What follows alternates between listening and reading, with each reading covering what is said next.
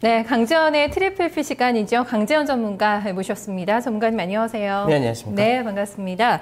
아유, 답답했던 속이 좀 뻥 뚫리는 것 같아요. 정말 명분이 있는 이번에는 네. 상승이 나왔죠. 네. 네, 이제 진짜 마리오 드라기 총재의 별명이라 할 수 있는 슈퍼마리오가 진짜 출애가 됐다고 말씀드려야 될 정도로 굉장히 좀 과감한 정책을 내세웠습니다. 이제 22 정책에 대해서 좀 이따가 상세히 말씀을 드리도록 하고요. 이제 해외 시장 마감부터 살펴보도록 하겠습니다. 먼저 유럽 같은 경우는 22 정책의 결과가 시장에서 기대치를 상응하는 그런 결과가 나타났기 때문에 급등으로 마감이 되는 모습이었습니다. 독일 증시는 2.91%, 프랑스가 3.06%, 영국이 2.12%, 이제 재정 취약국이라고 할 수 있는 이탈리아와 스페인 같은 경우는 4.3에서 4.9%의 굉장히 큰 폭의 강세로 마감이 되는 모습이었습니다. 아무래도 이제 은행주들이 가장 큰 수혜를 볼 수밖에 없는데 도이치뱅크라든지 코메르츠뱅크, 바클레이즈, 소시에테 제너럴 같은 이런 대형 은행주들이 5% 이상의 급등세를 보인 등 시장 전 업종이 거의 다 1% 이상의 큰 폭의 상승으로 마감이 되었다라고 보시면 될 것 같습니다. 그다음에 이제 미 시장 같은 경우는 미국의 고용 지표가 호조세를 띄었던 부분, 그리고 유럽에 대한 불안감이 이제 완연하게 해소가 되는 그런 부분이 되다 보니까 역시 급등세로 마감이 되는 모습이었는데요. 나스닥과 S&P 지수 같은 경우는 연중 최고치를 다시금 갱신하는 모습까지도 나타났습니다. 다우지수는 1.86%의 상승세를 보이고요. 나스닥이 2.17%, S&P가 2.03%의 아주 큰 폭의 상승세가 나타났는데 역시나 미 시장도 마찬가지로 JP모건이라든지 뱅크 오브 아메리카 같은 은행주들을 중심으로 해서 다우 전 종목이 상승세를 보이는 등 전 업종의 강세가 나타났다라고 보시면 될 것 같습니다.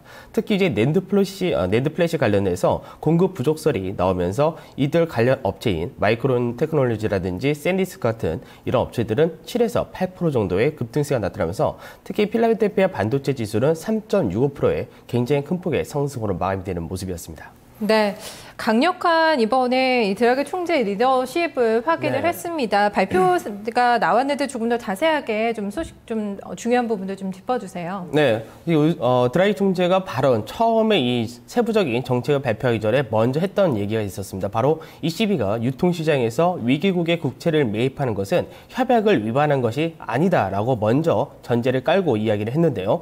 시장에서는 사실 이번에 정책회의에서 최고로 잘 나오게 된다면 무제한 방식의 국채 매입 프로그램을 시행할 수도 있다라는 정도의 언급이 있었는데 사실 이 부분은 시장 대부분의 전문가들이 여기에 대해서는 동의를 하지 않았습니다. 왜냐하면 이룩 자체가 너무나 독일의 반대가 강하게 나타날 수 있는 부분이기 때문에 여기에 대해서는 사실 기대를 안 하고 있었는데 드라기 총재는 이 무제한 국채 매입 방식을 발표를 했고요. 그리고 약간은 독일에 대해서도 이제 인플레이션의 우려를 조금 완화시켜줄 수밖에 없기 때문에 불태화 방식을 같이 도입한 형식으로 가겠다라고 이야기를 했습니다. 그러면서 이제 국채 매입은 단기 1년물에서 3년물을 중심으로 매입을 하기로 되었고요. 세부 사항은 이미 결정이 되어 있고 매달마다 어느 정도의 결과를 시장에 투명하게 공개를 하기로 발표가 되었고 이제 채권 매입 시기에 대해서는 아무래도 이제 이달 12일 날 독일 헌재의 위헌 판결 소송이 나와야 되기 때문에 그 판결 이후로 결정을 하겠다라고 언급을 했습니다. 그리고 그 외적으로도 기준금리를 이제 0.75% 동결을 했었는데요. 사실 이제 앞전에도 금리 인하를 하긴 했었지만 금리 인하를 한다 하더라도 채권 시장의 불안감이 계속해서 지속되기 때문에 금리 인하 효과를 보지 못했던 부분이 있었기 때문에 채권 시장의 안정이 먼저다라고 이야기를 했고 안정 이후에 금리 정책을 추진하겠다라고도 시사를 했기 때문에 어느 정도 다음번 차후에는 금리 인하를 추가적으로 진행할 가능성도 높다라고 보시면 될 것 같습니다. 다만 이 국채 매입을 하는 대상국의 경우는 EFSF라든지 ESM 같은 기금을 통해서 어느 정도 구제 금융을 먼저 신청을 했거나 앞으로 신청하는 국가에 한해서만 제한하기로 발표되었고 이런 부분에 대해서도 이제 IMF의 이제 그 총재까지도 어느 정도 이유에 대해서 지원을 하겠다라고 발표를 했기 때문에 시장 전반적으로 굉장히 크게 긍정적인 부분으로 이제 되었습니다. 다만 이제 의원 내에서 22의원 내에서의 만장일치는 안 되었었는데요. 역시나 독일의 중앙은행 총재가 반대를 했다는 정도만 인식하시면 될 것 같습니다. 네. 그 독일의 반대가 상당히 있었기 때문에 좀 걱정했던 부분이 그 부분이었는데 용기 있는 결단을 확인을 했습니다. 근데 시장에서는 물론 좋은 지금 대책이 나오긴 했지만 침체에 빠진 경제 회복을 도모하는 데는 이게 다는 아니다. 아직도 뭐 여러 가지 과정이 많다 정도 뭐 이런저런 얘기도 많이 나오고 있는데요. 이번 나온 조치에 대해서 어느 정도 좀 점수 줄 수 있다고 보세요?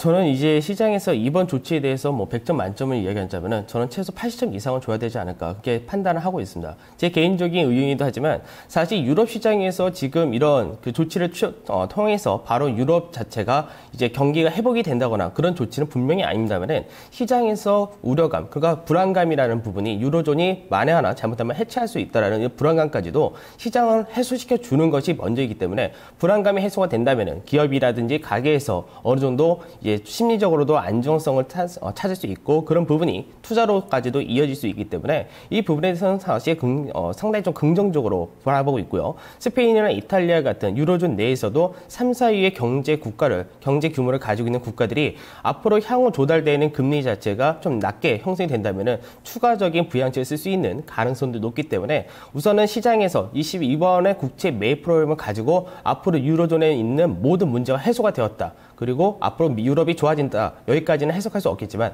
최대한 시장에서 불확실성과 위험 요소를 해소시켜줬다는 부분은 시장에서 긍정적으로 받아들여주는 게 좋다고 말씀을 드리도록 하고요. 특히나 어저께 스페인 10년물 국채 수익률 같은 경우를 보게 된다면 6.03%, 이제 6% 초반까지도 내려온 그런 모습입니다. 어저께 상당히 이 국채 시장에서의 요동이 좀 상당히 크게 나타났던 모습이 있었는데 이탈리아 역시도 5.26%를 5% 초반까지도 내려오면서 최근 6개월 내 최저치의 모습이 나타났다는 점 자체가 어느 정도 이제 이들 국가들이 향후 국제 시장에서도 안정적인 자금의 조달을 할 수 있다는 부분에서 긍정적으로 보시면 될 것 같습니다. 네, 일단 큰 산 하나 넘어선 것만큼은 네. 확실한 것 같습니다. 독일과 ECB, 스페인 등 당사국들이 어떻게 좀 의견 조율을 하는지 이제 지켜보는 과정이 남아 있습니다. 그래서 이제 미국 쪽에서의 지표를 짚어봐야 될 것 같은데 이게 잘 나오고 있는 게 진짜 좋은 건지 모르겠어요. 어떤 결과는 괜찮게 나왔어요. 네, 우선 이제 어저께 미국의 고용 지표 같은 경우가 예상치를 큰 폭의 상회하는 그런 모습이 나타났는데요. 이제 오늘 이제 실질적으로 비농업 취업자 수와 실업률이 발표가 되게 되는데 사실 약간의 이제 예상을 할 수도 있는 ADP 민간 고용 지수가 어저께 발표가 되었습니다. 사실 예상치는 14만 명이었는데 이 부분을 크게 상회하는 20만 1,000명이 발표가 되었다는 거죠. 그러면 이 부분이 대부분 어디서 발표가 어느 정도로 크게 나타난 거냐고 판단한다면은 앞전에 이제 ADP 민간 고용 같은 경우 17만 명은 넘어간 적이 있고 그 이후로는 오히려 낮아지는 모습이 있었기 때문에 사실 예상보다는 상당히 좋게 나온 것은 맞습니다. 그렇다 보니까 오히려 이런 고용 시장이 개선이 된다면 양적 완화를 안 해도 되지 않느냐라는 해석까지도 될 수 있기 때문에 어제 같은 경우는 미국에서 양적 완화를 할 가능성이 오히려 낮아졌다라고 시장에서 대부분 판단을 하고 있습니다. 그러면은 이제 고용 시장이 좋아진다는 부분은 미국의 경기가 회복세를 보인다는 이야기로도 연결될 수 있기 때문에 양적 완화를 해도 해도 더 좋을 수도 있고 안 해도 괜찮다는 식의 어저께는 약간은 긍정적인 쪽으로 해석이 다 되는 모습이었었는데요. 이제 양적 완화를 하게 되면은 추가적인 이제 흐름이 더 나올 수 있기 때문에 거기에 대해서는 하게 된다면 더 좋은 결과가 나올 것으로 보이고 오늘 실업률이 만에 하나 예상치를 좀 하회하는 그런 결과가 나온다 하더라도 오히려 시장에서는 이 부분에 대해서 크게 문제가 되지 않을 것으로 전망이 되고 있습니다. 그 외적으로도 이제 신규 실업수당 청구 건수도 어저께 같은 경우는 예상치 37만 건을 하회하는 36만 5천 건이 나왔는데요.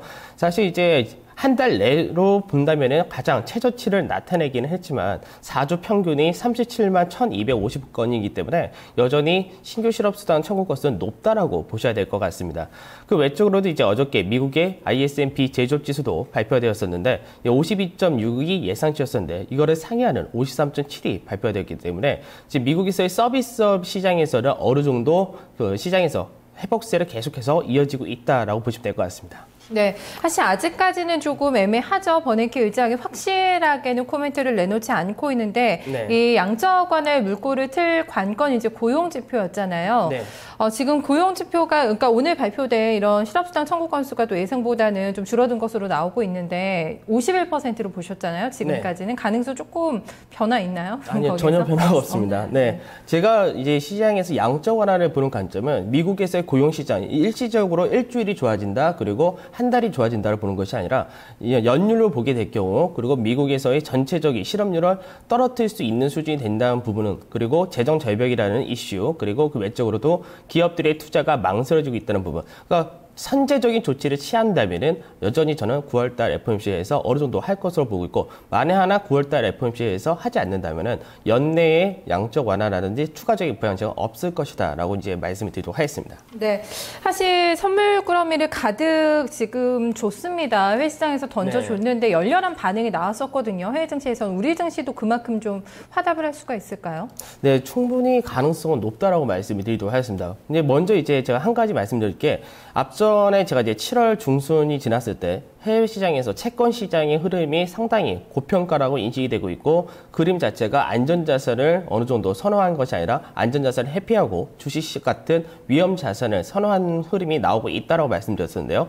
그 흐름이 나오면서 실질적으로 우리나라 시장에도 대부분 굉장히 많은 외국계의 자금들이 들어왔었는데, 어저께 이제 독일의 10년물 국채 수익률을 잠깐 보면서 말씀을 드리도록 하겠습니다. 지금 독일의 국채 수익률 같은 경우는 앞전에 이 구간에서 쌍봉의 모습을 그려주고 나서 이제 하락세가 나온 동안 우리나라 시장이 이 구간까지가 정확하게 반대로 강세를 띄었던 구간입니다. 왜 그러냐면은 외국계, 특히 유럽계에서의 자금이 굉장히 많이 유입이 되었기 때문이었었는데, 최근 들어서 ECB 정책 회의를 앞두고 계속해서 기술적인 반등이 나오다가 이제 어저께 이후로 다시금 큰 폭의 하락세가 나오면서 결국은 단기적인 모양 자체가 헤드앤숄더의 형태가 진행이 되었기 때문에 앞전에 안전자산의 저점, 독일의 채권 가격의 저점을 깨는 그런 흐름까지도 나왔다는 거죠. 그렇기 때문에 이런 차트상의 흐름을 본다면은 오히려 안전자산을 회피하고 위험자산이 주식이라든지 상품 시장으로의 어느 정도 추가적인 흐름이 더 강하게 나올 수 있는 그런 구간이기 때문에, 최근에 우리나라가 7월달과 8월달에 대부분 들어왔던 자금의 대부분이 영국과 그리고 프랑스 같은 이런 영미계 자금, 유럽계 자금 그리고 미국계 자금 같이 들어왔기 때문에, 이런 자금의 흐름을 본다면은 외국인의 매수세가 다시금 강하게 진행될 수 있다는 점에서 금일 우리나라 시장도 상당히 긍정적인 모습을 나타나지 않을까 그렇게 전망을 해보고 있습니다. 네, 일단 이번 주는 계속해서 외국인들의 공백 상태였는데요. 네. 오늘 장에서의 좀 움직임을 기대를 해봐야 될 것 같습니다. 그 밖에 오늘 장을 보는 데 있어서 중요한 부분, 체크포인트 어떤 부분인가요? 네, 아무래도 이제 어저께 우리나라 시장 장 마감된 이후에 이제 피치사에서 우리나라의 국가 신용 등급을 한 단계 추가적인 상향을 하는 모습이 나타났는데요. 결국은 이제 무디스에 이어서 우리나라의 피치사까지도 국가 신용 등급을 상향했기 때문에 AA 등급을 이제 갖고 있는 그런 국가다라고 보시면 될 것 같습니다. 여기서 뭐 추가적으로 다시금 등급 상향을 더 기대한다는 건 아직은 좀 시기상조인 것 같고, 이 정도의 등급 상향이라면은 그만큼 우리나라 시장에 대해서 외국인들 관점이 더 긍정적으로 바뀔 수가 있다는 점을 좀 염두를 해두시면은 시장에는 상당히 긍정적이다라고 보시면 될 것 같고요. 그 외적으로 ECB 정책회의에 대해서 사실 우려감이 굉장히 많았습니다. 특히나 우리나라 시장을 비롯해서 아시아 시장 같은 경우는 기대감은 더 적었고 경계감이 상당히 많았었는데요. 이런 경계감이 해소가 되는 부분, 그렇기 때문에 오히려 시장에서는 강한 반등이 나올 수 있고, 특히나 미증시라든지 유럽 증시를 놓고 본다면 미증시는 S&P 지수와 나스닥이 연중 최고치를 돌파하는 흐름까지도 나타났었죠. 우리나라는 연중 최고치가 2060포인트 전후였었는데 지금 현재 주가가 어저께 같은 경우 1880선에서 마감이 되었기 때문에 상당히 괴리가 크게 벌어져 있다고 보시면 될 것 같고, 유럽의 7월달과 8월달 들어왔던 자금의 대부분이 앞서 말씀드렸던 대로 유럽계 자금이라고 말씀을 드렸기 때문에 유럽계 자금이 이탈될 염려가 더 없어졌다는 점에서 오히려 외국인들의 추가적인 매수세 그리고 기관 투자자들을 비롯해서 상당히 이 시장에 대해서 약간은 부정적인 관점에서 그동안에 현물을 많이 매도했던 기관들의 재매수세가 유입될 가능성이 높다라고 말씀을 드리도록 하고요. 특히 이제 선물 시장에서도 마찬가지로 베이시스가 약화되면서 프로그램 매도 물량이 어제까지 해서 약 단기적으로 8,500억 가까이 출하가 되었었는데, 이 물량이 이제는 오히려 역으로 베이시스가 개선되면서 프로그램 매수가 강하게 유입될 수 있는 가능성이 높기 때문에, 이렇게 된다면은 시장에서는 이제 우리나라 증시도 오늘 1900포인트를 훌쩍 넘어가는 그런 흐름이 나타날 가능성이 높다고 말씀을 드려야 될 것 같습니다. 특히나 야간 선물이라든지 이런 부분을 본다면은 아침 동시효과 출발은 1910선 전후에서 출발이 예상이 되고 있고, 현재 우리나라의 이제 8월달 단기적인 고점을 만들고 하락세를 보였던 모습을 보게 된다면 하락 채널 패턴을 좀 나타냈었는데요. 이 부분은 이제 돌파를 하게 되기 때문에 돌파가 나오면은 단기적으로 바로 1940에서 50포인트 사이가 단기적인 상승 여력이 충분히 나오기 때문에 시장에선 단기 상승에 대한 기대감을 가셔도 될 것 같습니다. 사실 재료만 놓고 보면은 이번 주 수요일에 우리 증시가 그렇게까지 급락을 할 것까지는 없었는데 많이 지금 밀렸기 때문에 좀 상승적인 여력 충분히 있다고 보시는 건데요.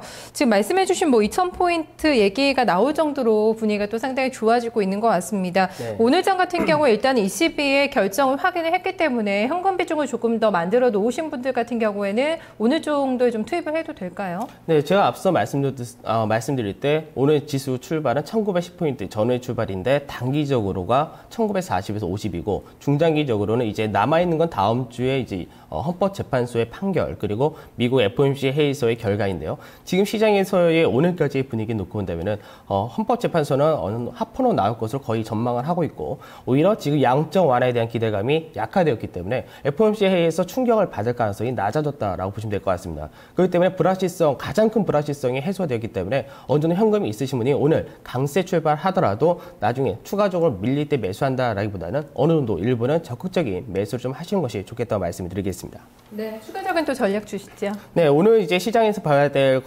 업종에 대해서 좀 말씀드릴 때 여러분 여태까지 시장에서 거래소 시장이 약 3주 정도의 조정세를 보였었는데요. 3주 정도의 조정세를 보이면서 대안주로서 시장의 불안감이 계속해서 지속되었기 때문에 코스닥이라든지 소형주에 대해서 어느 정도 개별적인 흐름이 상당히 강했다면은 이제는 반대되는 흐름이 나올 가능성이 상당히 높다라고 말씀드려야 될 것 같습니다.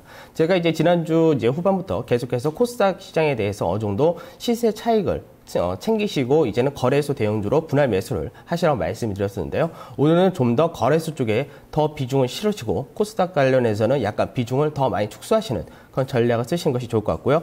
오늘 이제 시장에서 여전히 거래소 대형주 섹터를 보시라고 말씀드리고 관심 종목으로서는 오늘 하이닉스를 말씀을 드리도록 하겠습니다.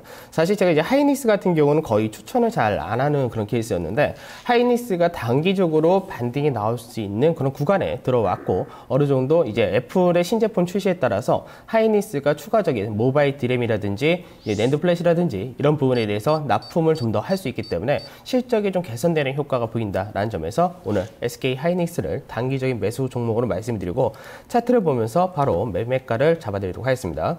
우선 오늘은 시장에서 갭상승 출발이 예상되기 때문에 SK 하이닉스는 21,200원짜리 5일선이 위치해 있는 이 가격대에서 매수를 한 쪽으로 말씀드리고요.